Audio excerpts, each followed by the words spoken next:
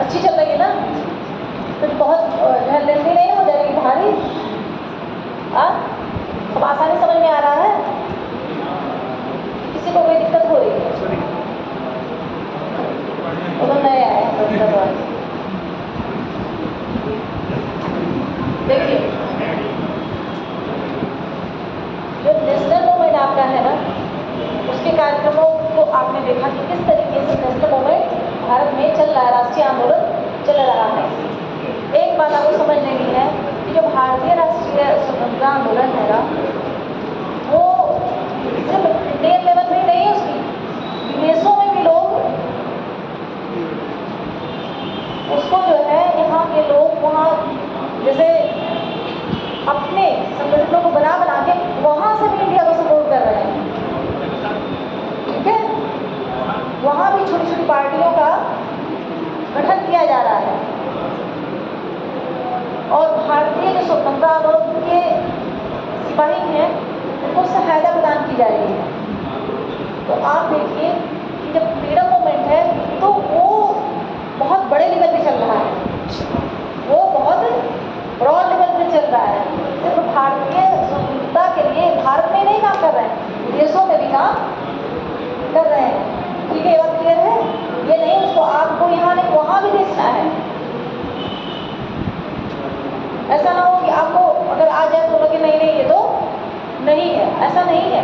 वहाँ भी जो है यहाँ के लोग, स्थानीय लोग वहाँ के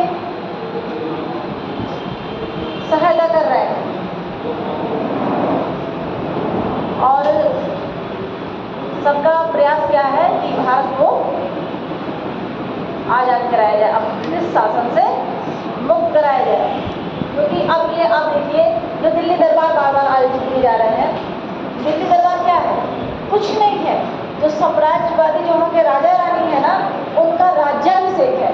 अब बताइए, वो बिल्कुल महाराजा बन के बैठे हैं कि उनका राज्याभिषेक किया जा रहा है। और भारत में उस समय क्या हो रहा है? अकाल पड़ा हुआ है, लोग खाने के बिना मर रहे हैं और वहाँ जो है राज्याभिषेक का कार्यक्रम यहाँ चालू है। तो ये आपको समझ लेना है कि जो माहौल है ना, नेशनल मूवमेंट के जो कारण है वो एकदम क्लियर कट है कि अंग्रेज बिल्कुल पूरी तरीके से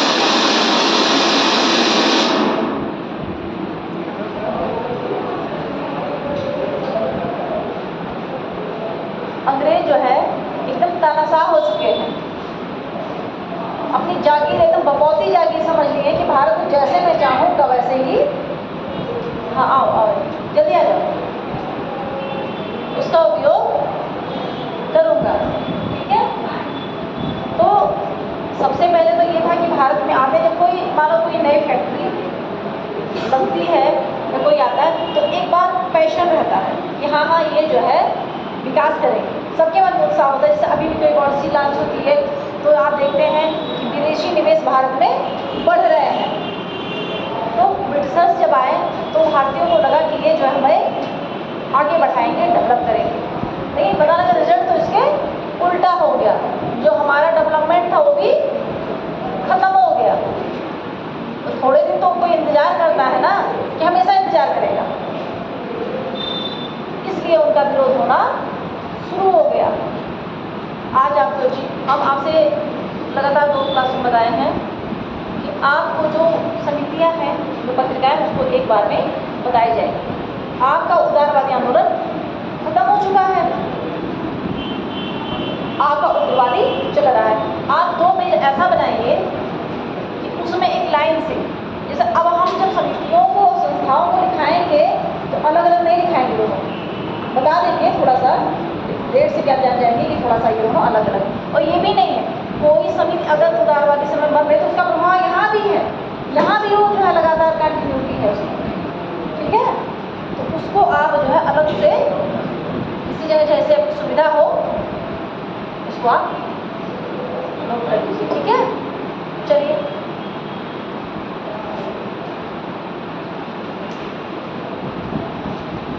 संगठन, अब सब लोग मेरे कंसंट्रेट हो जाएंगे। ठीक है, संगठन, वर्ष और उसका जो है स्थान कहाँ है, ये देखना है, ठीक है।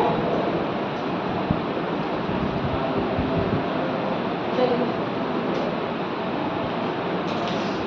और जो बीच बीच में एक दो संगठन आए हुए हैं ना, जैसे बार बार हमने कहा आर्य समाज, ब्रह्मा समाज, सत्य समाज, उसको नहीं रिपीट कर रहे हैं, ठीक है।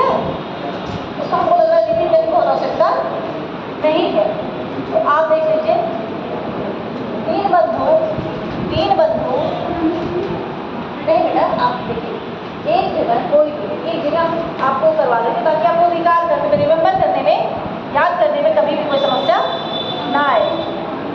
और उसके आगे पीछे दो में छोड़े रहिएगा, और भी जब पढ़ाते जैसे जैसे चलेंगे वैसे उसको वहाँ पीछे नोट कराते रहेंगे, ठीक है। दो तीन बार और पीछे से स्टार्ट कर दीजिए। समझ रहे आप बात को? समझ में आया? 2 पेज ऐसा आप जरूर रख लीजिए जिसमें सारी समितियों को एक लाइन से आप नोट कर लीजिएगा, ठीक है। उस समिति को बना कौन रहा है, बन कहाँ रही है, प्रकाशन कब हो रहा है, जो प्रकाशन कर उसकी स्थापना कब हो रही, समझ गए? आपसे लास्ट क्लास में बताया गया था, एक बार में उसको बताया जाएगा, ठीक है। तो पेज इसके 2 कह रहे हैं, तो उसमें आगे जैसे जैसे हम पढ़ाएंगे वैसे वैसे फिर उसमें फिलअप कराते जाएंगे, ठीक है। किसी कोई समस्या समझ में नहीं आया? वो तो अलग चीज है भाई, क्लास में नोट करा दे, पहले पढ़ा ले, बाद में नोट करा देना, क्योंकि नहीं तो फिर आधे लोग पूछते और सब कंफ्यूज होते रहेंगे। जब हम क्लास में चला रहे थे नेशनल मूवमेंट ना, इसीलिए उसको लास्ट में करने के बाद बार बार कर, जब इतना बताने के बाद भी एक थोड़ा सा कंफ्यूजन है, और लास्ट में ना क्लियर कट रहेगा, सिर्फ नोट कराना रहेगा। बताया था ना कि लास्ट में ज़्यादा सही रहेगा, बीच में पता लगेगा कि पूछ के और आधे के अधूरे रह जाएगा। चलिए, अब आप देख लीजिए कहाँ तक आप बम भाए थे, कहाँ तक बम फेंका गया था? हत्या कर देते हैं नरेंद्र गोसाई के जो गवाह थे, ठीक, उनकी हत्या कर दी गई। अब देखिए,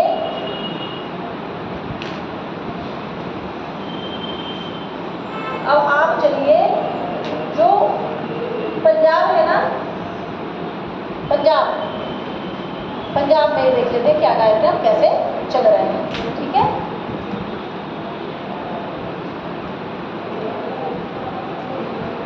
चिनाब नहर, पंजाब में क्रांतिकारी आंदोलन डाल लीजिए हेडिंग में, अगर आपको हेडिंग का ओपन है तो वैसे तो सब एक लाइन से ही चलता है, लेकिन आप पंजाब में क्रांतिकारी आंदोलन डाल लीजिए, ठीक है। ये सब नेशनल मूवमेंट है, इसको हाँ जल्दी जल्दी आइए, क्लास बहुत लेट हो जाता है बेटा। अच्छा जल्दी आओ, ठीक है। पंजाब नहर तथा अच्छा, पंजाब में क्रांतिकारी आंदोलन हो गया सबका। चिनाब नहर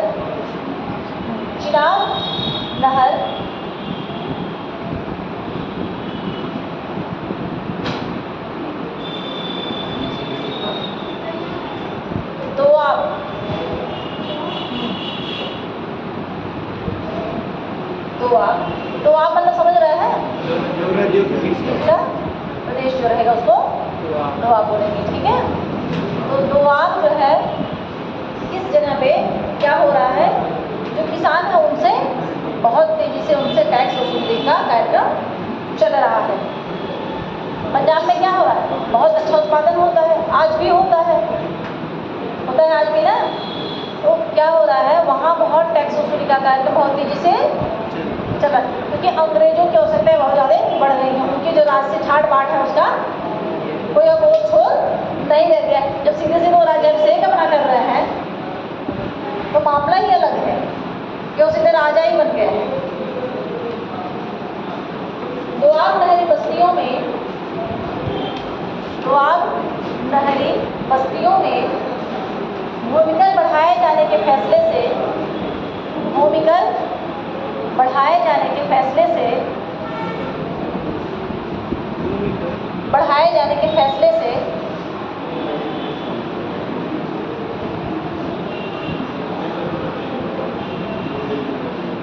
वहाँ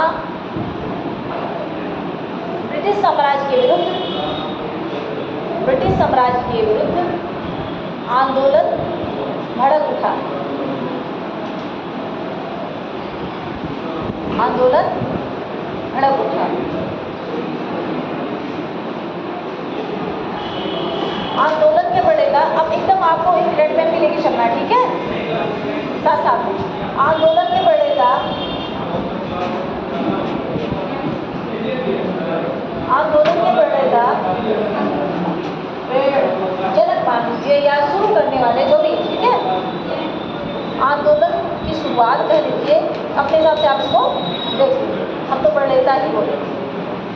आंदोलन के प्रणेता जतिन मोहन चटर्जी थे। जतिन मोहन चटर्जी थे। जतिन मोहन चटर्जी थे।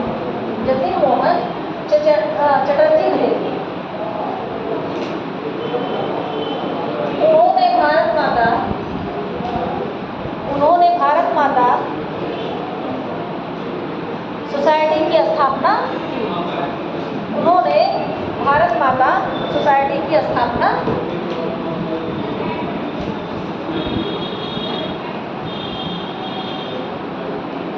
अब ये देखिए कि जो पंजाब में, एकदम आसान शब्दों में जान लीजिए, पंजाब जो है उत्पादन का बहुत अच्छा बेल्ट है, कृषि वहाँ बहुत अच्छी हो रही है, तो अंग्रेज खोज के पैसा ही खोज रहे हैं। एकदम आसान शब्दों में इसको समझ लीजिए कि ब्रिटिशर्स क्या खोज रहे हैं, पैसा खोज रहे हैं। तो उनको जो है पंजाब से बढ़िया कुछ क्षेत्र नहीं था, और पंजाब को उसमें क्या कार्यक्रम, उन्होंने टैक्स बढ़ाने के फैसले, टैक्स वहाँ लगा हुआ है, उसको और उन्होंने क्या किया, और बढ़ा दिया, उससे उनका मत नहीं भरा। जितना अधिकतम टैक्स हो सके यहाँ से ले लिया जाए। तो इसका दबाव जो हर व्यक्ति पे पड़ेगा ना, किसान पे पड़ेगा, किसान के परिवार पे पड़ेगा, उस संबंधित लोगों पे पड़ेगा। अब पता लगे इतना टैक्स मांग लो, उतना हमारे पास होंगे ना, इतना टैक्स हमें इतना लोड कर दो कि हमारी क्षमता ही जवाब दे जाए, डाउन हो जाए। तो ब्रिटिशर्स जो है वो इतना ज़्यादा प्रेशर कर दे रहा है कि ऑटोमेटिकली आदमी क्या हो जा रहा है, उग्र हो जा रहा है, और कार्यक्रम में भी चल रहा है, संस्थाएं बना के लोग वहाँ कार्यक्रम नहीं कर रहे हैं, आंदोलन नहीं कर रहे हैं। तो एक मामला आंदोलन चल रहा है, ये भी लोग और भी पैसे चक्कर में और क्या किए, उसको तुरंत भड़का देते हैं। चलिए, अजीत सिंह, लाला लाजपत राय,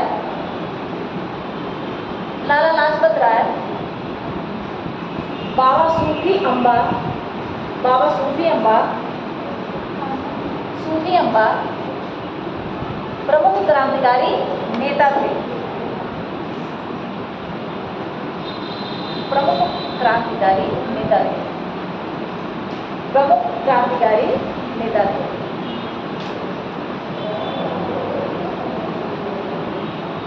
जतिन मोहन चटर्जी उसके प्रणेता थे, शुरुआत कर दिए। लेकिन ये लोग भी, अब क्वेश्चन देख लीजिए एक बार, हो गया सबका, सब लोग के समझ में आ गया इतना। देखिए, जब क्वेश्चन आता है तो जानते हैं जो नीचे का है ना, जतिन मोहन फुलाने के लिए वो लाला लाजपत राय पूछेगा कि निम्न में से कौन पंजाब से संबंधित नहीं है या है, तो इसलिए इसको बताना आवश्यक है। कौन पंजाब से संबंधित नहीं है, ना आंदोलन का नाम लेगा ना कुछ लेगा, इसीलिए पूछेगा इससे संबंधित कौन नहीं है या कौन संबंधित है। तो सबका जानना। अब एक लाइन इधर जितना नेशनल मूवमेंट चल रहा है ना, एक लाइन जब आप बाद में इसको देखेंगे ना, तो देखेंगे एक लाइन बहुत महत्वपूर्ण है, क्योंकि सारे जो क्वेश्चन मोस्टली रहते हैं मॉडर्न इंडिया से, वो नेशनल मूवमेंट से ही कवर किए जाते हैं। ठीक है, तो इसको अब क्या है, कल वाली क्लासेज भी जो चली हैं, आज भी जो चल रही है, इसका आपको विशेष रूप से ध्यान अब रखना रहेगा, बहुत कंसंट्रेट होके, और जहाँ आपको लगे बहुत भारी है वहाँ आप हमें बताइएगा कि बहुत लेंथी हो जा रहा है या दिमाग हैंग कर रहा है या जो है अब कहानी सुनाइए, तो उसको हम कहानी के रूप में भी बता देंगे और बाद में उसके सारे के बाद उसको नोट डाउन करा देंगे तो सारा मामला तभी क्लियर रहेगा। खाली आप जो है जो क्लास में यहाँ आपकी बिल्कुल क्लियर कर समझ में आना चाहिए, ठीक है। क्यों इतने नाम दिखाए कि क्वेश्चन ऐसा आता है कि जो है कौन इससे संबंधित है और नहीं है, ठीक। चलिए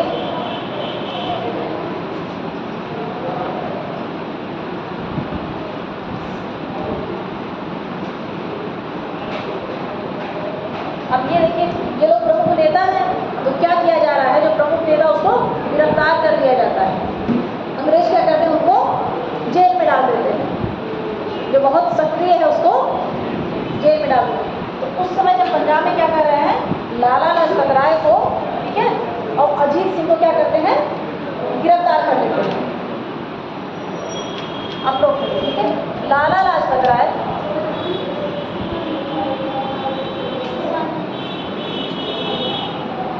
सब बताया जाएगा। अजीत सिंह को काहे कर लिया गया है, कहाँ जाते हैं, ठीक है। अभी बहुत सारी समितियाँ रहेंगी, ठीक है, सब पंजाब ही बताएंगे। अभी इतना आपको समझना है कौन पंजाब से सिर्फ एक चीज समझना है कि कौन पंजाब से संबंधित है कौन नहीं है, एक बार दिमाग में नोट डाउन कर लेना है, ठीक है। आगे सब आपको एकदम क्लियर हो जाएगा अपने आप, सब कहानी सुनाएंगे कैसे कैसे क्या हो रहा है। बहुत प्रेशर लेने की जरूरत नहीं है, खाली आप उसको एक बार नोट डाउन कर लीजिए, ठीक है। चलिए, लाला लाजपत राय और अजीत सिंह को गिरफ्तार कर लिया जाता है और उनको जो है मांडले जेल भेज दिया जाता है। ये जो आंदोलन पंजाब में चल रहे हैं उसमें लाला लाजपत राय को और अजीत सिंह को गिरफ्तार कर लिया जाता है और मांडले जेल भेज दिया जाता है। अब एक बात आप देख लीजिए, बर्मा भी भारत का, मांडले जेल कहाँ है, बर्मा में है।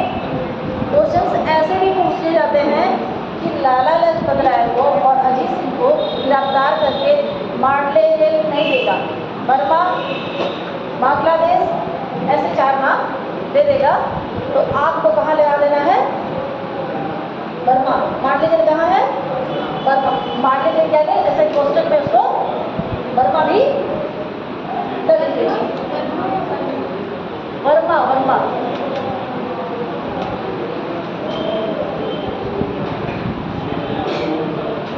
लेकिन ये देखिए कि आपसे पहले हमने बताया ना कि समितियां बन रही हैं और उस समितियों का ये था कि सीधे उसके नेता जो जनसाधारण है उसके संपर्क में आ जाए। अब इसका रिजल्ट क्या होता है, उन समितियों का जो जन दबाव है ना वो इतना बढ़ जाता है कि इनको रिहा करना पड़ता है। जन दबाव इतना बढ़ जाता है कि लाला लाजपत राय और किसी को रिहा करना पड़ता है। अब आपको यहाँ स्टोरी नहीं, आपको 3 चीज़ फोकस करना है। एक तो वो जेल कहाँ स्थित है, बर्मा में। किस जेल में भेजा गया था, मांडले, ठीक है। कहाँ से संबंधित था, पंजाब से। तत्कालिक विजेता कौन थे, इन दोनों लोगों को तो गिरफ्तार कर लिया गया था, जतिन मोहन चटर्जी। हाँ वो, ठीक है। तो ये देखिए आसान सा कहानी जैसा लग रहा है ना, लेकिन इसकी एक एक लाइन जो है वो आपके लिए बहुत महत्वपूर्ण है। समझ में आया? अब आगे देखिए,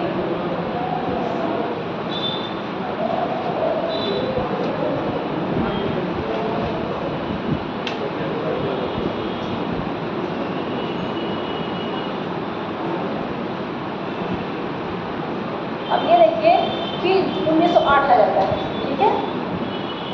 एक बात है कि जो क्रांतिकारी गतिविधियां हैं ना वो क्या होती हैं, थोड़े दिन एक लोग चलाते हैं, थोड़े दिन वो डाउन होते तो वो अगले लोग चलाते हैं। जब ये बीच में गिरफ्तार होते हैं तो डिविजन थोड़ा सा होगा ना।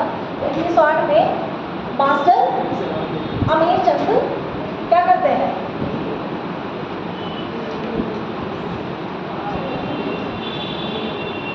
जो नेतृत्व है ना, जब ये गिरफ्तार हो जाते हैं उस ड्यूरेशन में नेतृत्व उनमें अमीर चंद के हाथ में आ जाती है। अभी आप देखिएगा कि जितने लोग हैं ना वो बारी बारी से उनको मोस्टली को फांसी दे दी जाती है। अभी आपको आसानी से सिर्फ नाम बताया जा रहा है ताकि आपको नाम जो है ना भूले। आगे जब उनको फांसी होगी तब उससे यहाँ से आपको जोड़ना है, समझ गए? अभी आपको नाम जो है आसानी से बताया जा रहा है, डायरेक्ट उससे जोड़ देंगे अभी ना तो बहुत सारे वो आते रहेंगे। चलिए एक चीज आपको देखना है, जब मारने जैसे छूटते हैं वो लोग ना, कौन? लाला लाजपत राय और अजीत सिंह विदेश चले जाते हैं, यहाँ से चले जाते हैं, भारत से चले जाते हैं। ठीक है, इसका भी ध्यान रखना है कि जेल से छूटने के बाद अजीत सिंह विदेश चले जाते हैं। ठीक, 1908 में क्रांतिकारी आंदोलन किसके हाथ में आ जाता है? मास्टर अमीर चंद्र नहीं, चंद्र, इसको आप कर लीजिएगा। ठीक है, 1908 में क्रांतिकारी आंदोलन, 1908 में क्रांतिकारी आंदोलन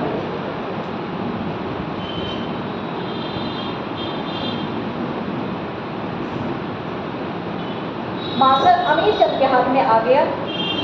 क्या नाम? अमीर चंद, मास्टर अमीर चंद के हाथ में आ गया। अब आप देखिए,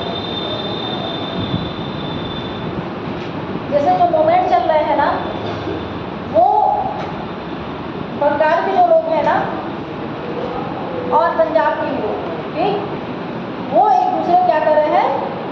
सहायता भी कर रहे हैं, एक दूसरे को कोऑपरेट भी कर रहे हैं। ठीक है, इसको फटाफट पहले वो नोट कर दिए, फिर बताते हैं। ठीक, फिर कहानी सुनाते हैं आपको। चलिए, बंगाल के रास बिहारी बोस,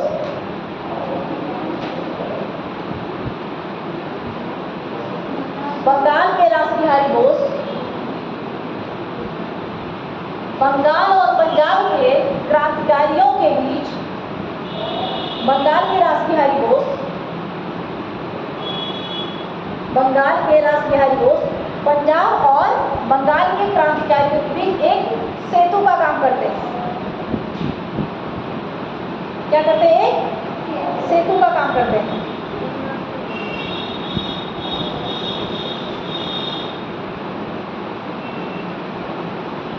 और ये सब चल रहा है तो आपको लग रहा है कि अंग्रेज चुप रहेंगे?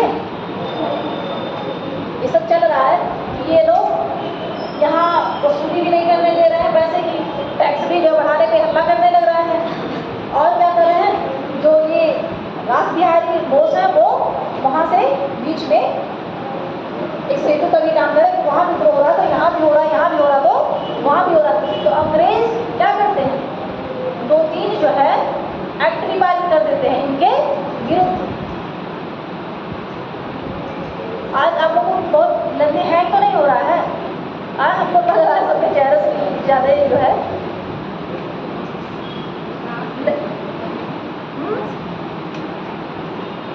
इसी बीच जो है विस्फोटक बम पड़ जा रहा है ना, तो विस्फोटक पदार्थ अधिनियम 1908 में पारित कर दिया जाता है। ठीक है, विस्फोटक पदार्थ अधिनियम, विस्फोटक पदार्थ अधिनियम 1908,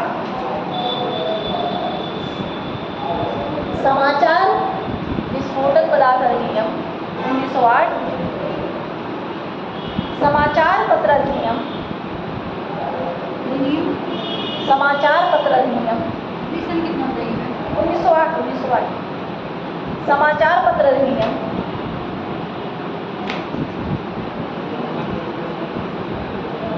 1908। जो समाचार पत्र अधिनियम है ना, वो बेटा बाद में बताया जाएगा। ठीक है, वो आपको बस यहाँ जो अंग्रेज सरकार में पारित कर रहे हैं वो आपको बताया जाएगा। वर्नाकुलर टैक्स एक्ट और रोलेट एक्ट, इसको एक्ट जितने हैं उसको इकट्ठा करेंगे। ठीक है, इसके लिए अभी घबराइए नहीं आप। हाँ, चलिए, ये जो है जो बीच में प्रेस पे जो प्रतिबंध लगाया जा रहा है कि आपराधिक गतिविधियाँ जो दिखी जा रही हैं, उसमें प्रतिबंध तत्काल रोक लगा दी, हमारी सुरक्षा हो जाए। राजद्रोहात्मक सभा निवारण अधिनियम, राजद्रोहात्मक, जो राज के विरुद्ध विद्रोह हो रहे हैं, निवारण अधिनियम 1911, द्रोहात्मक अधिनियम, राजद्रोहात्मक सभा निवारण अधिनियम। जब सामने आप इसको सुनेंगे ना तब समझ में आएगा। कुछ आगे कुछ पूछ रहे हो, कुछ पीछे पूछ रहे हैं तो पता लगेगा दूसरा, ठीक है। तो राजद्रोहात्मक निवारण अधिनियम, ठीक, 1900 कब हो रहा है? 11 में कानून पारित कर दिए। अब इसको जल्दी से पारित करने की आवश्यकता क्यों लगी?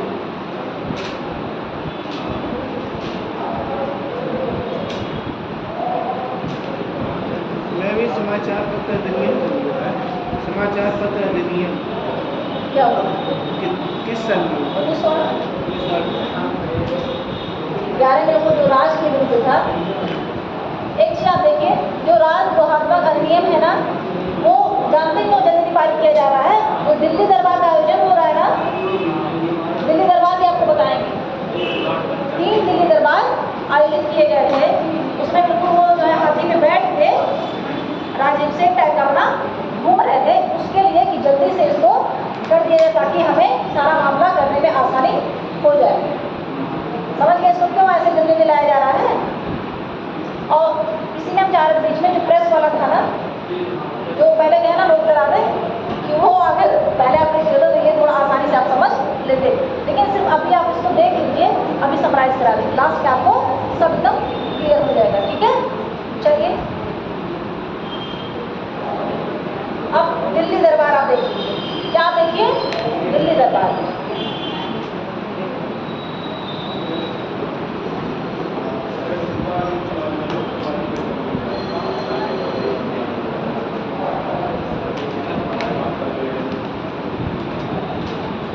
दिल्ली दरबार, बेटा दिल्ली दरबार इसके बीच में डाला जा रहा है ताकि आप आगे पीछे इसको जोड़ सके, क्योंकि यहाँ भी है इसके बाद है बम फेंके जाएंगे, ठीक है। दिल्ली दरबार, हाँ उसका नाम ही दिल्ली दरबार है। दिल्ली दरबार एक साम्राज्यवादी, दिल्ली दरबार एक साम्राज्यवादी, दिल्ली दरबार एक साम्राज्यवादी राज्याभिषेक समारोह था, राज्याभिषेक समारोह था, जिसमें ब्रिटेन के राजा रानी का राज्याभिषेक होता था। ब्रिटेन के राजा रानी का राज्याभिषेक होता था।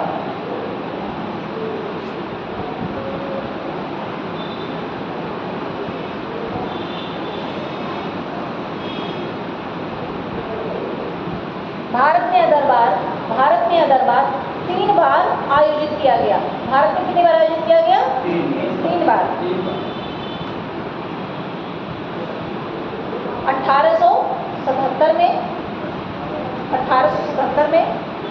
1903 में, ठीक है, और 1911 में। 1903 में, 1877 में, 1903 में और 1911 में, ठीक है। जो ये ड्यूरेशन है तो कंफर्म रहिएगा, ठीक है। भले आपको ये नहीं कहीं भी जो है एकदम एग्जैक्ट उसी समय जो राजधानी परिवर्तन हो रहा है ना, उसी की ड्यूरेशन में आप बेटा देखो, जो नेशनल मूवमेंट है ना, पंजाब में भी हो रहा है, महाराष्ट्र में भी हो रहा है, बंगाल में भी हो रहा है, और ये नहीं वहाँ की क्रांतिकारी जहाँ वहाँ जा रहे हैं तो कंफ्यूज नहीं होना है। जो नाम ये सारे आएंगे ना, एक दो लोग तो है नहीं, तो कंफ्यूज नहीं होना है। कभी कभी किसी को जब बहुत बाद में पकड़ा जा रहा है तो उसको जो पिछले समय में बहुत पहले हो गए थे ना, जिनको जैसे नासिक षड्यंत्र केस कहते हैं, तो उसमें उसके द्वारा जो है उससे जोड़ के उनको फांसी दी जा रही है, ठीक है। तो आपको अब जो है एकदम कंसंट्रेट होकर देखना है। और दिल्ली दरबार इसलिए बता दिया गया पहले, इसलिए हम छोटा सा, तब कि आगे पीछे आप इसको कोरिलेट कर पाइए, जोड़ पाइए, ठीक है। 1911 में आयोजित किए गए। 1877 के 1877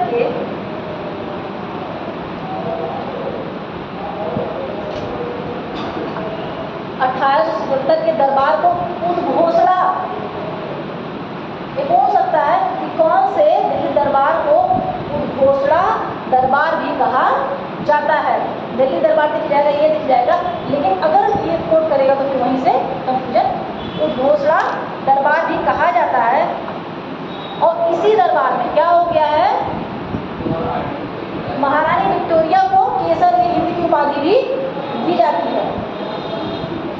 इसी दरबार में महारानी विक्टोरिया को केसर-ए-हिंद की उपाधि दी गई।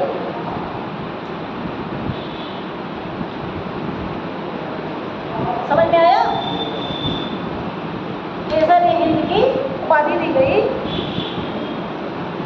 1903 का दरबार, 1903 का दरबार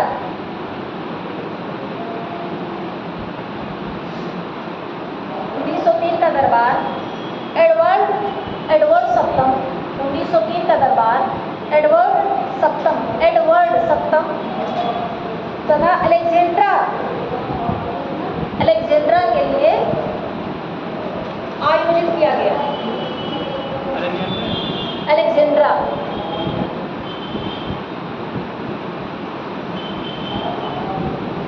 और 1911 में तो जान ही रहे, हाथी चढ़ के घूम रहे थे, सीधे बम फोड़ा गया।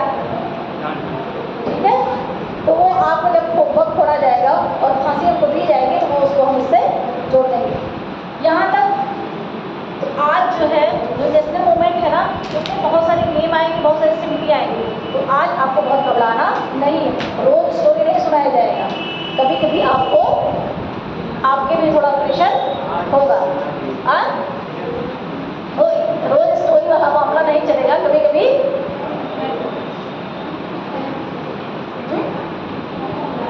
हाँ वही बात है।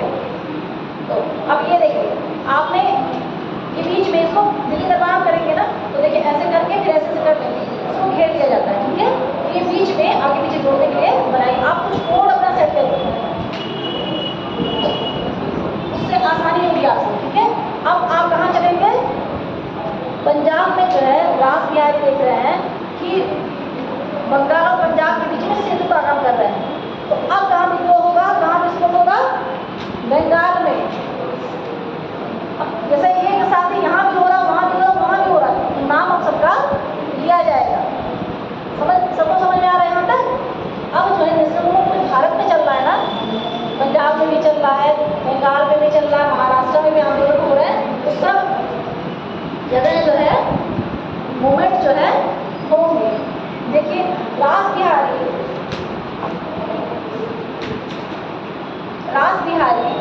घोष की प्रेरणा से, रास बिहारी घोष, देखिए एक रास बिहारी घोष क्या आया था ना, उनको ना लिख लीजिएगा, वरना घोष और घोष से बिल्कुल मामला एकदम उल्टा हो जाएगा।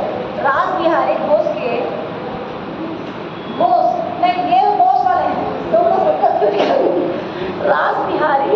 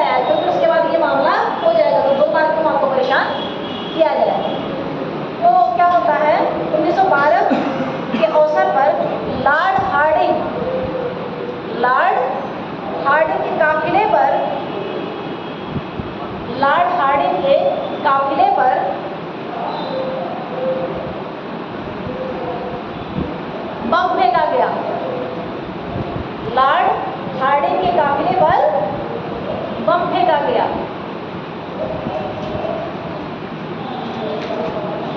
जब दिल्ली दरबार हो रहा है ना, उसी ड्यूरेशन में राजधानी परिवर्तन हो रहा है और लॉर्ड हार्डिंग क्या कर रहे हैं, दिल्ली में बढ़िया एक हाथी सजाई गई है, उसके हवा में बैठ के बना उनको राजा महाराजा वाले स्टाइल में चल रहे हैं। तो क्रांतिकारियों को ये बहुत चुभ रहा था और रास बिहारी बोस को वहाँ से वहाँ क्रांतिकारियों को प्रेरणा दे दी कि वहाँ वो जाएंगे उनका। तो क्या किया, वो बम फेंके, लेकिन लॉर्ड हार्डिंग उसमें बुरी तरीके से घायल हो गए, लेकिन बच गए, मर कोई दूसरा गया। लॉर्ड हार्डिंग उस हमले में बुरी तरीके से घायल हुए, लेकिन बच गए। देखिए, लॉर्ड हार्डिंग के काफिले पर बम फेंका गया, हो गया। लॉर्ड हार्डिंग बुरी तरीके से घायल हो गए, बुरी तरीके से घायल हो गए।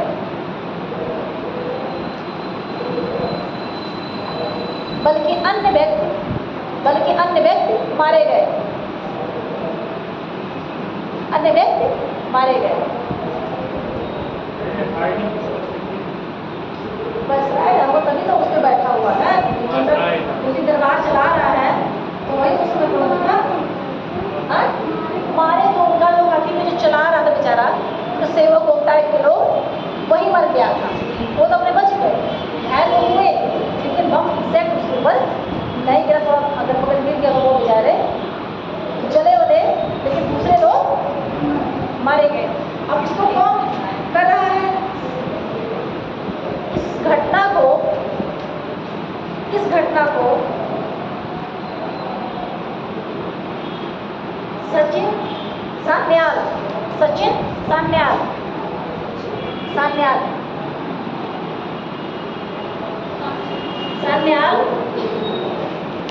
और रास बिहारी बोस की प्रमुख घटना थी। जो हार्डिंग में बम फेंका गया, उसमें सचिन सान्याल और रास बिहारी बोस की प्रमुख भूमिका थी।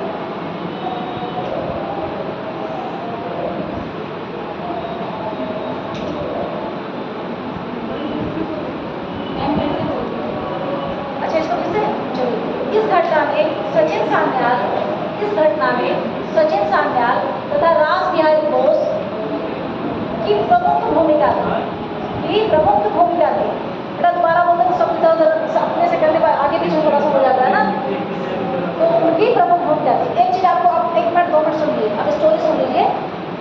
देखिए, दिल्ली दरबार बिल में डाला गया है ना, तो इसलिए नहीं क्योंकि आपको हम लॉर्ड हार्डिंग में बम भी फोड़वाना था, तो दिल्ली दरबार के उसी ड्यूरेशन में इनमें और राजधानी परिवर्तन भी हो रहा है, तो ये जानना बहुत जरूरी। दूसरा ये था, जब इसको आपको ये कंफर्म तो नहीं होता है, इसकी खुलता क्यों?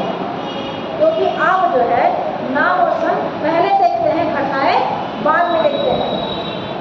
होता है तो एकदम जान लीजिए, ये सब एकदम बेसिक चीज़ें हैं कि आखिर अचानक क्यों ऐसा होता है कि हमको कंफ्यूजन हो जाता है, क्योंकि हम डेट और को पहले देखते हैं और घटनाएं बाद में देखते हैं। और मोस्टली जो है उनको भी ये देता है लॉर्ड हार्डिंग ने सीधे से लिखा कर बम फेंका गया, खिलाने से फेंका, तब घटना बताया जाता है कि ऐसा ऐसा हुआ। लेकिन नहीं, आपको क्या करना है, पहले जान लेना है कि दिल्ली दरबार का एक कहानी कैसे कहानी बनेगी। दिल्ली दरबार हो रहा है, ठीक, राजधानी परिवर्तन हो रहा है, लॉर्ड हार्डिंग पूरा औरदा पे हाथी बैठ के निकल रहे हैं जुलूस में, ठीक। ये क्रांतिकारियों को अच्छा नहीं लग रहा है। रास बिहारी बोस क्रांतिकारियों को मोटिवेट करते हैं, कहते हैं इनको खत्म करो, और बम फेंका जाता है और उसमें रास बिहारी बोस और सचिन सान्याल की प्रमुख भूमिका रहती है, जिसमें कि लॉर्ड हार्डिंग बुरी तरीके से घायल हो गए। अब आपको थोड़ा बोलने में कम, मतलब अब बोलना थोड़ा सा कम हो जाएगा, क्योंकि आपको ये लग जाएगा कि इतनी चीज़ें साथ जुड़ रही है। किसी को कोई दिक्कत यहाँ तक? एक चीज और देख लीजिए, जो राजधानी परिवर्तन है ना 1911 में दिखाएगा और 12 में, लेकिन आपको लगाना 1912 12 है, एकदम डालें। तो ये चीज़ हम लोग जो है जब बहुत बार देख लेते हैं ना, जब लगा के आते हैं तब इसको कंफर्म।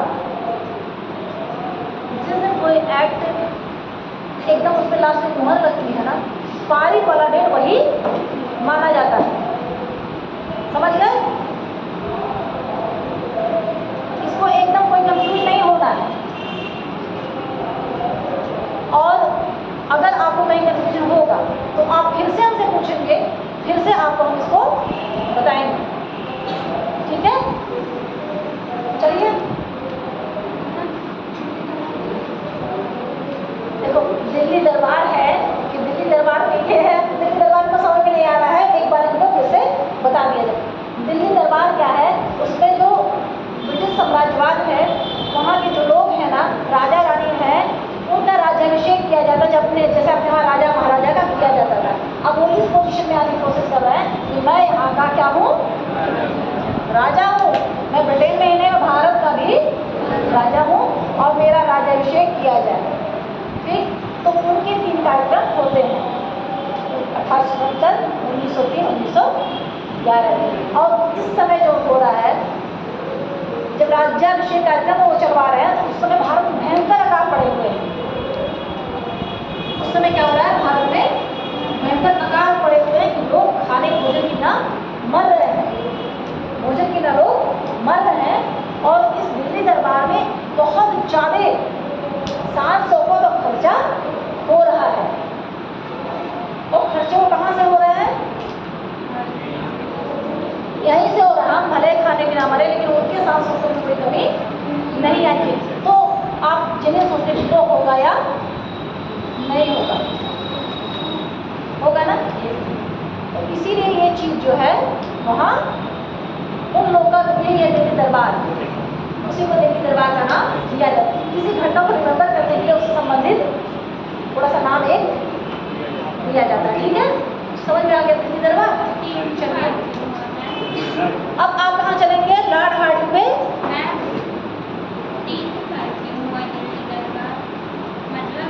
अरे अब इतना बार जब दिल्ली दरबार किसके 3 बार हुआ, मान लीजिए।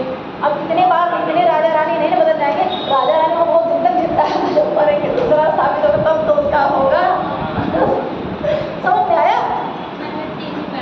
मेरी बात सुनिए, जो राजा है, राजा जैसे मान लीजिए कोई राजा बनता था, उससे छोटा वाला क्या बनता था? युवराज बनता था। तो जब राजा की मृत्यु होगी, फिर युवराज राजा बनेगा, फिर उसका राज्याभिषेक होगा। समझ गए? नहीं समझ में आया? 3 बार एक ही का नहीं हुआ। आपने देखा नहीं, मैं विक्टोरिया जी को केसर हिंदी दिया जा रहा है, अलेक्जेंड्रा है, वो है, तो अलग अलग लोग नहीं हो गए, उनके सब नेम है, वो अलग अलग लोग हैं। वो ये अभी तक आप एक ही नाम है, एक ही लोग हमेशा टीकाकरण होगा।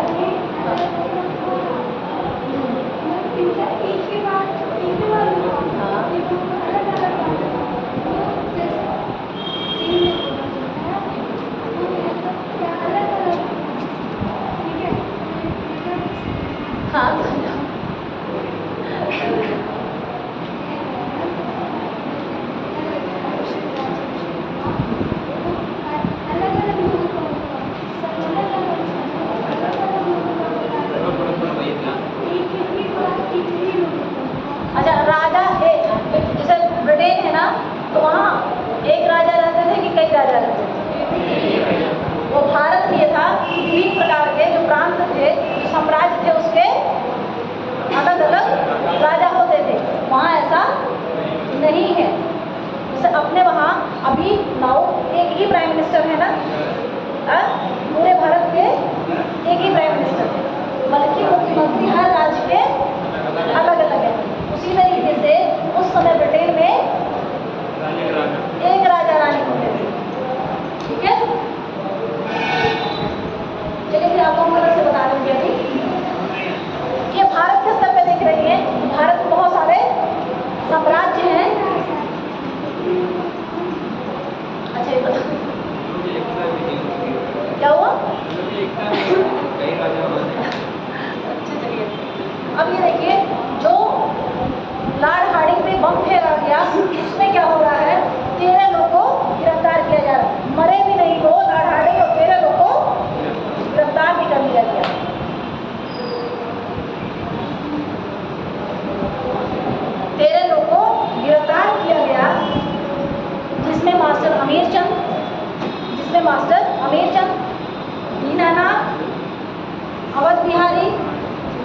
जिसमें मास्टर अमीर चंद, दीनानाथ,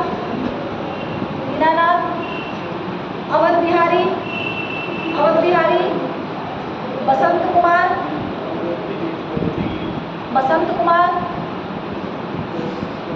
सुल्तान चंद्र, सुल्तान चंद्र, बाल मुकुंद, बलराज इत्यादि थे। बाल मुकुंद इत्यादि थे। दीनानाथ के बाद है अवध बिहारी, बसंत कुमार। इन लोगों पर दिल्ली षड्यंत्र केस, इस केस का क्या नाम दिया जाएगा जो हार्डिंग में बम फेंका गया था? दिल्ली षड्यंत्र केस 1912 के नाम से मुकदमा चलाया गया। दिल्ली षड्यंत्र केस 1912 डायरेक्ट दिल्ली षड्यंत्र केस भी पूछता है, इसका ध्यान रखिएगा। दिल्ली षड्यंत्र केस 1912। अब ये देखिए सारी घटनाएं किस समय की हैं? अब इसका सन देखिए 11-12, वही दिल्ली दरबार, इसलिए बार-बार जो है इसीलिए उसको बताया गया है। देखिए उसी के आसपास सारी घटनाएं घूम रही हैं और लॉर्ड हार्डिंग मरा भी नहीं और 12 लोगों को गिरफ्तार कर लिया गया। लॉर्ड हार्डिंग मरे भी नहीं और आशंका के आधार पे 12 लोगों को गिरफ्तार कर लिया गया। और उसमें से देखिए फांसी कैसे हो रही है। अभी देखिए वो भले मरे या नहीं मरे, लेकिन लटकाएंगे तगड़े देखिए। चलिए आगे देखिए। मास्टर अमीर चंद, अवध बिहारी, बसंत कुमार,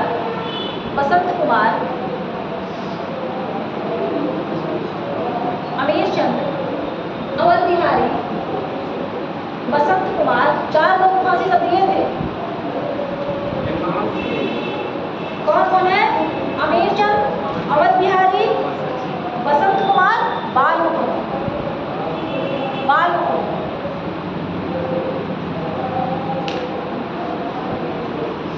दिल्ली षड्यंत्र केस में इनको फांसी की सजा दे दी गई। दिल्ली षड्यंत्र केस में इनको फांसी की सजा दे दी गई।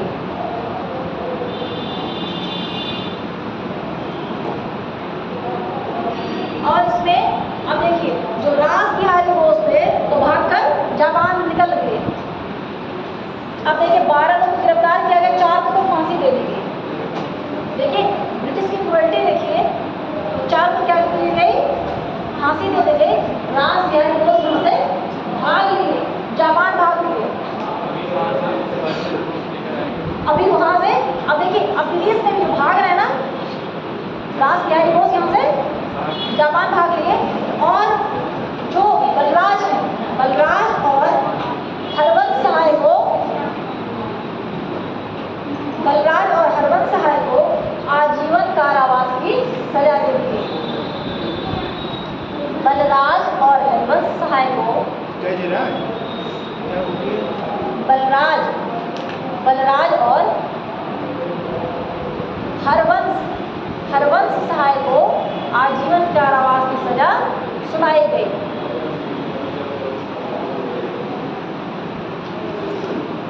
हरिवंश सहाय को आजीवन कारावास की सजा सुनाई गई। एक चीज आप देख लीजिए, जो दिल्ली षड्यंत्र केस है ना, सबका हो गया है, सब लोग को समझ में आया है। ये क्या चल रहा है आपका? दिल्ली दरबार, दिल्ली षड्यंत्र केस। उसी ड्यूरेशन पे लॉर्ड हार्डिंग पे बम फेंका गया और उसमें जो 12 लोग गिरफ्तार किए गए, 4 को तो फांसी दे दी गई। एक रास बिहारी बोस वहां से भाग लिए, 5 हो गए ना, और 2 को क्या किया? आजीवन कारावास सजा दिया गया। ये कितनी क्रूरल्टी थी कि वो बम फेंकने पे लॉर्ड हार्डिंग पे वो घायल हो गए थे, उसमें तुरंत ऑन द स्पॉट जो है 4 लोगों को फांसी दे दी गई।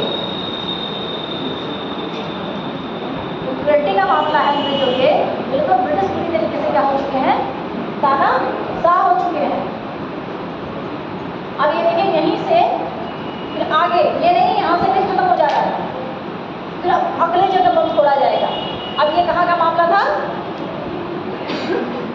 ये तो दिल्ली दरबार में, दिल्ली में ये काम हुआ। अब आंध्र प्रदेश में भी आए, बिपिन चंद्र पाल आ जाए, अभी बहुत लोग आएंगे, फिर सब एक दूसरे से जुड़े हुए हैं, अलग अलग लोग, ये नहीं है सब मूवमेंट से ही जुड़ा हुआ है। कहाँ तक इसमें कंफ्यूजन हुआ? दिल्ली दरबार या जो दिल्ली षड्यंत्र केस था, यहाँ तक सबका क्लियर है? कोई दिक्कत है पीछे वालों को? दिल्ली षड्यंत्र केस में बता रहे हैं, लाड़हाड़ी में बम फेंका गया था, उसके बदले में 4 लोगों का नाम लिख दिया गया है, उनको फांसी। अब देखिए आपके क्वेश्चन पेपर देख लिया जाए, पहला क्या होता है, क्या बनेगा? दिल्ली षड्यंत्र केस में कितने लोगों को फांसी की सजा सुनाई गई? फिर निम्न में से कौन दिल्ली षड्यंत्र केस में किसको फांसी मिल गई? नाम अलग अलग हो जाए, ठीक? तो हो गया। इस षड्यंत्र केस में कौन बच निकला, कौन विदेश भाग गया? रास बिहारी बोस, ठीक है। तो वहीं से भाग गया। कितना समझ में आ गया है? क्वेश्चन पैटर्न में समझ में आ गया है आपके? जापान भाग गए, जापान भाग गए, रास बिहारी बोस जापान भाग गए थे। अब देखिए विपिन चंद्र दौरा करते हैं, विपिन चंद्र पाल दौरा करते हैं कहाँ? आंध्र प्रदेश। विपिन चंद्र पाल दौरा करते हैं कहाँ? आंध्र प्रदेश। अब विपिन चंद्र पाल को खोल करना है, 1 मिनट सामने नहीं पड़ा। अब आपको यहाँ तक दिल्ली दरबार, दिल्ली षड्यंत्र केस में कोई दिक्कत है किसी को? अब आप विपिन चंद्र बाद में जाएंगे, बहुत ज़्यादा है, बहुत टाइम लगेगा, ठीक है? तो जल्दी से थोड़ा सा जल्दी से कंसंट्रेट करिए। 311 ईस्वी में राज्यभिषेक हुआ, तो किस राजा का राज्यभिषेक हुआ, नाम बता दिया जाएगा आपको, ठीक है? जाट पंचम जो आ रहा है, जाट पंचम का वो हो रहा है, लेकिन जाट पंचम में आपको हार्डिंग वाला मामला ज़्यादा फोकस करना है। भारत में वो ब्रिटेन के थे, जाट पंचम जो है वो वहाँ से थे, लेकिन जो आपको इस घटना को ज़्यादा किस पे फोकस किया जाता है? दिल्ली षड्यंत्र केस पे, लाड़हाड़ी में वक्त होना है, इससे हमको कोई तकलीफ नहीं हुआ। मामला को इस जोर पकड़ लिया, जो दिल्ली दरबार की इसके बाद जो बम पड़ा गया, जो दिल्ली षड्यंत्र केस था, उसमें हमारे 4 क्रांतिकारी को फांसी दे दी गई।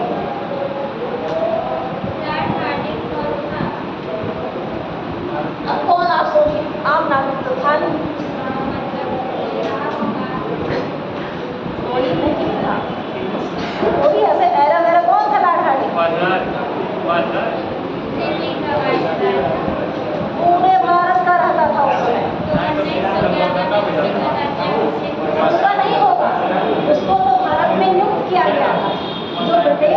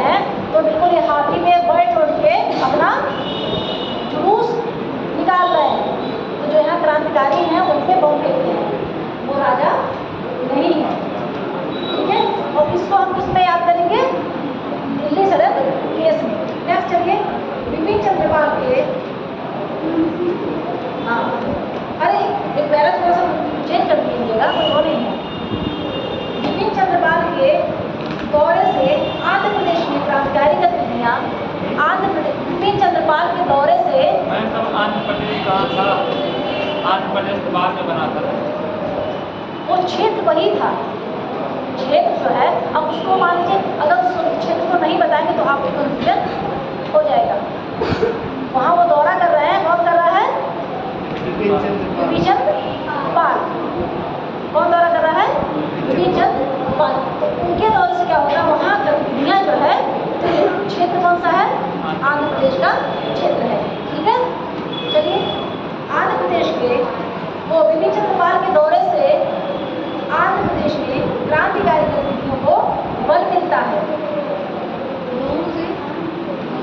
दौरे से आंध्र प्रदेश के क्रांतिकारी गतिविधियों को बल मिला।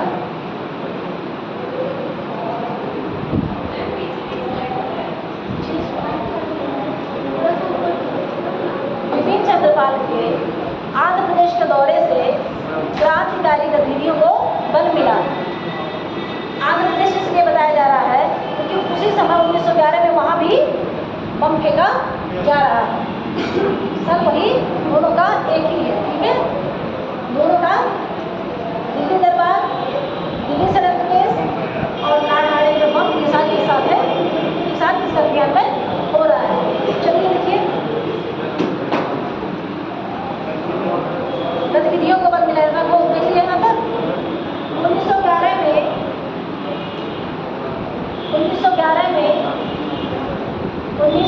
में वाची अय्यर, 1911 में वाची अय्यर, हाँ, अय्यर ने टेनेवेल्ली, वाची अय्यर ने टेनेवेल्ली के मजिस्ट्रेट, टेनेवेल्ली के जो जिला मजिस्ट्रेट है वहाँ के, टेनेवेल्ली के जो जिला मजिस्ट्रेट हैं, ठीक है, उनका नाम क्या है? Mister S.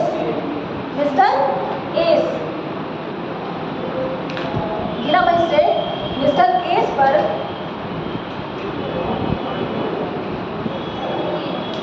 मिस्टर एस, नाम एस तक हो गया। जिला मजिस्ट्रेट कौन है? टेनेवेल्ली के जो जिला मजिस्ट्रेट है मिस्टर एस को क्या कर दिया? रेलवे स्टेशन पर गोली मार दी।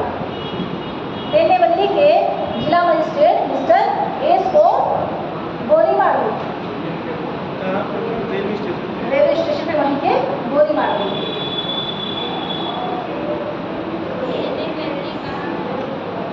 आंध्र प्रदेश की बात हो रही है ना, तो वही तो होगा, वहीं का जिला मजिस्ट्रेट भी है। एक चीज और, जो वाची अय्यर है ना, अब ये मामला क्लियर था ना, जब कोई किसी पे बम फेंकता था या मारता था तो उसको क्या सजा मिलती थी? फांसी। तो ये क्या किए, ये खुद क्या किए, जब उसको गोली मार दिए तो खुद को भी वो स्वयं भी आत्महत्या कर ली, क्योंकि उनको ये तय था कि अब इसको मैं मारा हूँ तो मुझे फांसी की सजा दी जाएगी। यहाँ तक किसी को कोई दिक्कत नहीं? दिक्कत है ना? चलिए आगे चलिए। अब आपको कहाँ ले चलते हैं, कहाँ भी गए आप बेटा? अब छोटे ना बहुत सारे, जैसे मान लीजिए अब आपको महाराष्ट्र ले चलते हैं, ठीक है? महाराष्ट्र में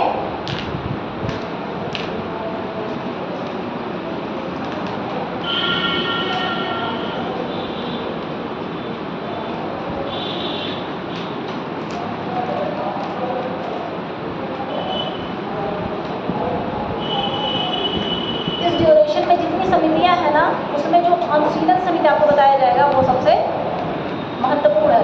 और पत्रिकाओं में ना एक आप देखते हैं ना, जो समितियां बन रही, पत्रिकाएं बन रही ना, एक है मित्र मेला का ही आगे नाम अभिनव भारत मित्र मेला को ही आगे नाम। मित्र मेला का जो गठन कहाँ किया जाता है? नासिक में। ठीक है, दोनों का ध्यान रखिएगा कि जो मित्र मेला है वही आगे अभिनव भारत है, और उसको मित्र मेला को कहाँ बनाया जा रहा है? नासिक में। चलिए देखिए, महाराष्ट्र में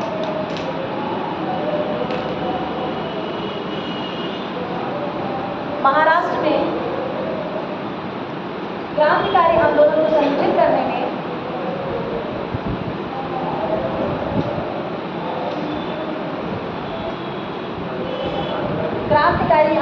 को संगठित करने में सावरकर बंधुओं सावरकर बंधुओं सावरकर बंधुओं सावरकर गणेशियों गणेशियों गणेशियों विनायक दामोदर सावरकर विनायक दामोदर सावरकर गणेशियों विनायक दामोदर सावरकर।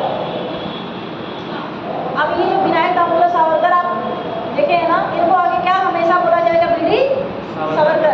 एक बार इनका नाम जो आप एक बार देख लीजिए, आगे इनको बीडी सावरकर हर जगह बताया जाएगा। ठीक है, अब देखिए ने अपनी पूरी ताकत कहाँ लगा दी? कहाँ? महाराष्ट्र में। वहाँ की क्रांतिकारी गतिविधियों को बढ़ावा देने में जो सावरकर बंधु हैं, कौन कौन है? गणेश और बीडी सावरकर ने अपनी पूरी ताकत झोंक दी महाराष्ट्र में। तथा नासिक में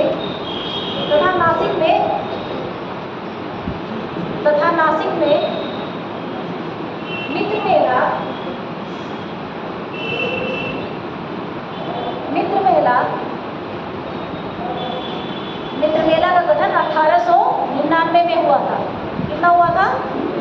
1899। एकदम एग्जैक्ट है और ऑथेंटिक है। इसका नाम क्या बताइए? अभिनव हाँ 1899। कहीं भी आपका रहेगा, इसमें कोई कंफ्यूजन बिल्कुल नहीं आपको होना है। मित्र मेला का गठन कहाँ हुआ है? नासिक में और 1899 में। ठीक है पीछे तक। और यही ये मित्र मेला आगे क्या बन रहा है? अभिनव भारत। चलिए, मित्र मेला नामक क्रांतिकारी संगठन की स्थापना की। मित्र मेला नामक क्रांतिकारी संगठन की स्थापना की। वस्तुतः इसकी स्थापना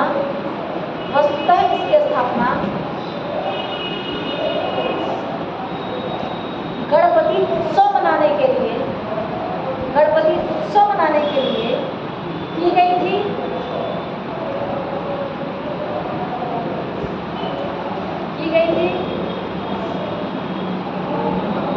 बाद में इसको गणपति उत्सव मनाने के लिए की गई थी। बाद में इसको क्रांतिकारी संगठन में बदल दिया गया। बाद में इसको क्रांतिकारी संगठन में बदल दिया गया और उसका नाम अभिनव भारत पड़ गया। क्या नाम रख दिया गया उसका? अभिनव भारत। मित्र मेला और अभिनव भारत खूब पूछता है। मित्र मेला और अभिनव भारत खूब पूछेगा। और डेट इसकी 1899 एकदम। मित्र मेला का अभिनव भारत उसी का नाम बदल के अभिनव भारत कर दिया गया। अभिनव भारत दोनों पूछता है। ठीक है, अभिनव भारत किसका नाम है? मेला का आगे नाम क्या है? या अभिनव भारत को पहले किस नाम से जाना जाता है? ठीक है, चलिए नेक्स्ट देखिए। अब अभिनव भारत के बारे में बताया ना, बहुत महत्वपूर्ण है। फटाफट इसको नोट कर लीजिए। तो फटाफट देख लीजिए कि अभिनव भारत एक गुप्त अंदर चलने वाली संस्था थी। अभिनव भारत एक गुप्त संस्था थी। अभिनव भारत एक गुप्त संस्था थी। पीएन बापट थोड़ा सा तेजी कीजिए, थोड़ा सा, ठीक है। पीएन बापट हाँ, पीएन बापट को रूसी क्रांतिकारियों से बम की कला सीखने के लिए उनको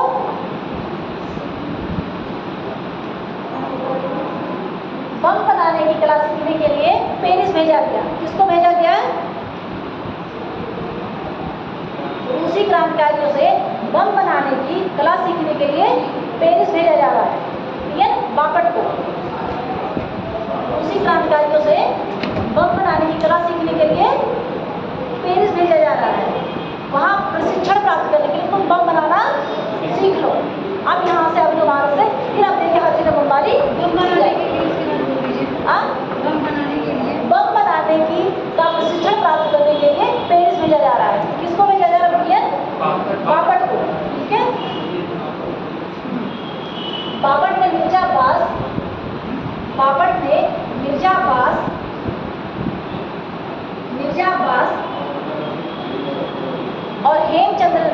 सहायता से बापट ने मिर्जा अब्बास और हेमचंद्र दास की सहायता से रूसी पुस्तक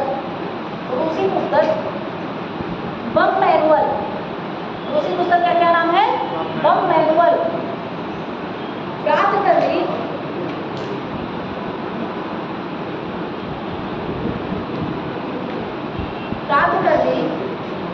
और उसका अंग्रेजी में अनुवाद किया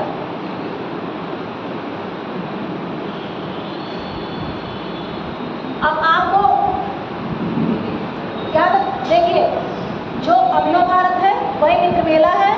मित्र मेला से वहाँ बी एन पापड़ को कहाँ भेजा जा रहा है? पेरिस। और वहाँ से बम मैनुअल वो सीख उनके अंग्रेजी अनुवाद करके आते हैं। और उसके बाद क्या होता है? नासिक षड्यंत्र केस भी चलेगा, बम में मारा गया। इसी अभिनव भारत की संस्था के सदस्य जो है, जो अनंत लक्ष्मण कन्हरे, वो बम फेंक देते हैं और उनको फांसी की सजा दी जाएगी। चलिए अब बस एक नासिक षड्यंत्र केस देखिए। नासिक षड्यंत्र केस, नासिक षड्यंत्र केस, एक दिल्ली षड्यंत्र केस है, एक नासिक महाराष्ट्र का मामला चल रहा है ना, तो नासिक षड्यंत्र केस।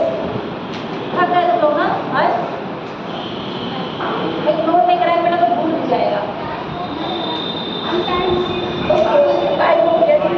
तो थोड़ा सा नासिक षड्यंत्र केस से पढ़ देख लो। आज हम लोगों को सोचे थे खिंचाने बनाए। नासिक षड्यंत्र केस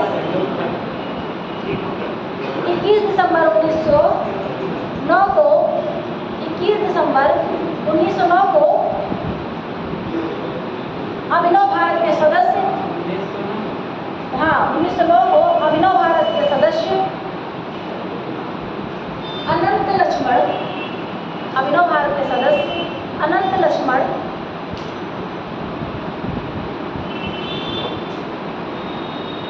कन्हरे का अदना हाफे मात्रा और एक, ठीक है। कन्हरे ने नासिक के मजिस्ट्रेट जैक्सन की हत्या कर दी। नासिक के मजिस्ट्रेट जैक्सन माइकल जैक्सन वाले जैक्सन, ठीक है, जैक्सन की हत्या कर दी। इस हत्या के आरोप में अनंत लक्ष्मण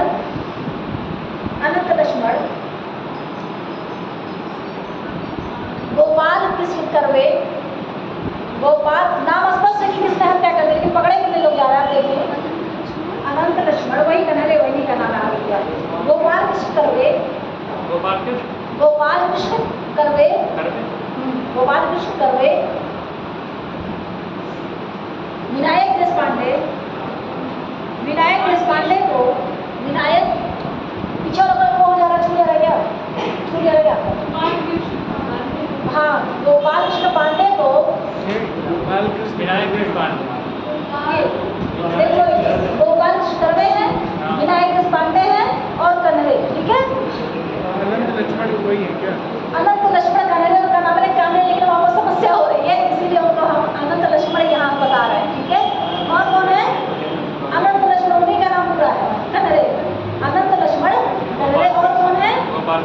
गोपाल कृष्ण कर्वे। और कौन है? विनायक देशपांडे को 19 अप्रैल 1911 को फांसी दे दी जाएगी। 3 लोग को फांसी दी जा रही है। किसको? पहले देखिए, आप देखिए से नाम आप देख लीजिए। अनंत लक्ष्मण कन्हरे, हाँ 19 अप्रैल 1911 को फांसी दे दी गई। 19 अप्रैल 1911 को फांसी दे दी गई। अब ये देख रही है कि कितने तेज कार्रवाई हो रही है, किसी का कहीं छूटा उटा नहीं ना? नहीं हो गया, ये हो गया। अब इसको समझ भी लीजिए, तो अभी क्या समझना, लंबा चल जाता है ना, क्या समझे और क्या समझाए। तो 1911 में इनको फांसी दे दी गई। मित्र मेला बनता है महाराष्ट्र में, नासिक में, और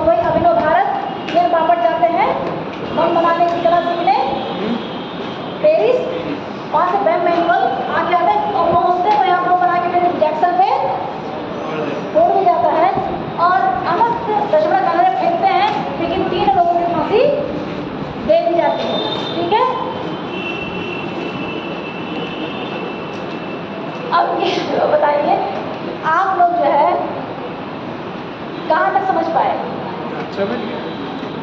समझ में आ रहा सबके? आया है बेटा? जब इसको नोट कर लोगे ना तो सारे काम कर फिर अलग अलग ऐसे आप लोग, क्योंकि पूरे भारत में गतिविधियाँ चल रही हैं तो इन्वेस्टमेंट